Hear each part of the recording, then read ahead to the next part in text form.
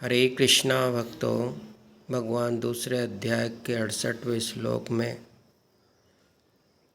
अर्जुन से कहते हैं, अर्जुन ने भगवान से प्रश्न किया था कि हे प्रभु, हे कृष्ण, जिस समय मेरी बुद्धि स्थिर हो जाएगी उस समय मैं किस प्रकार बैठूंगा, किस प्रकार चलूँगा और कैसे कैसे मैं व्यवहार करूँगा। तो भगवान पिछले 4-5 श्लोक से भगवान बता रहे हैं अर्जुन को। तो इस श्लोक में भी भगवान कहते हैं, तस्मात् महाभावो यस्य इंद्रियाणि इंद्रियार्थेभ्यः सर्वशः निगृहीतानि तस्य प्रज्ञा प्रतिष्ठिताः।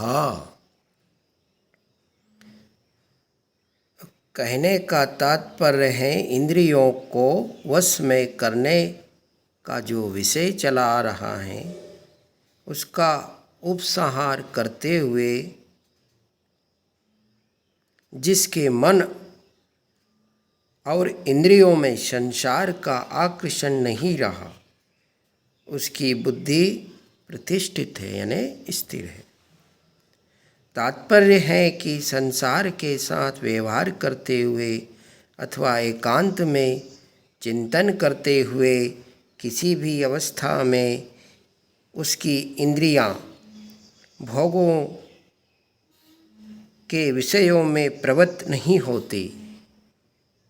व्यवहार काल में कितने ही विषय उसके संपर्क में क्यों ना आ जाए, पर वे विषय उसको विचलित नहीं कर सकता। उसका मन भी इंद्रिय के साथ मिलकर उसकी बुद्धि को विचलित नहीं कर सकता। जैसे कि पहाड़ को कोई डिगा नहीं सकता, ऐसे ही उसकी बुद्धि में इतनी दृढ़ता आ जाती है कि उसको मन किसी भी अवस्था में डिगा नहीं सकता, कारण कि उसके मन में विषयों का महत्व नहीं रहा। अब कहने का तात्पर्य है कि इंद्रियां विषयों से पूरी तरह से वश में की हुई हैं, अर्थात विषयों में उनका लेश मात्र भी राग आसक्ति खिंचाव नहीं रहा।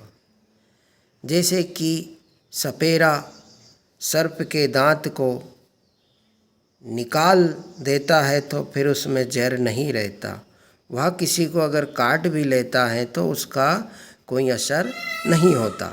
ऐसे ही इंद्रियों को राग द्वेष से रहित कर देना ही मानो उनके जहरीले दांत के समान है।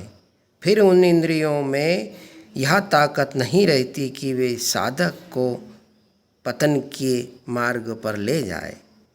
अब इस श्लोक का तात्पर्य यह है कि साधक को दृढ़ता से यह निश्चय कर लेना चाहिए कि मेरा लक्ष्य परमात्मा की प्राप्ति करना है। बस एक ही लक्ष्य होना चाहिए। भोग भोगना और संग्रह करना मेरा लक्ष्य नहीं है। अगर ऐसी सावधानी साधक में निरंतर बनी रहे तो उसकी बुद्धि स्थिर हो जाती है, इसमें कोई संदेह नहीं है। जय श्री कृष्णा।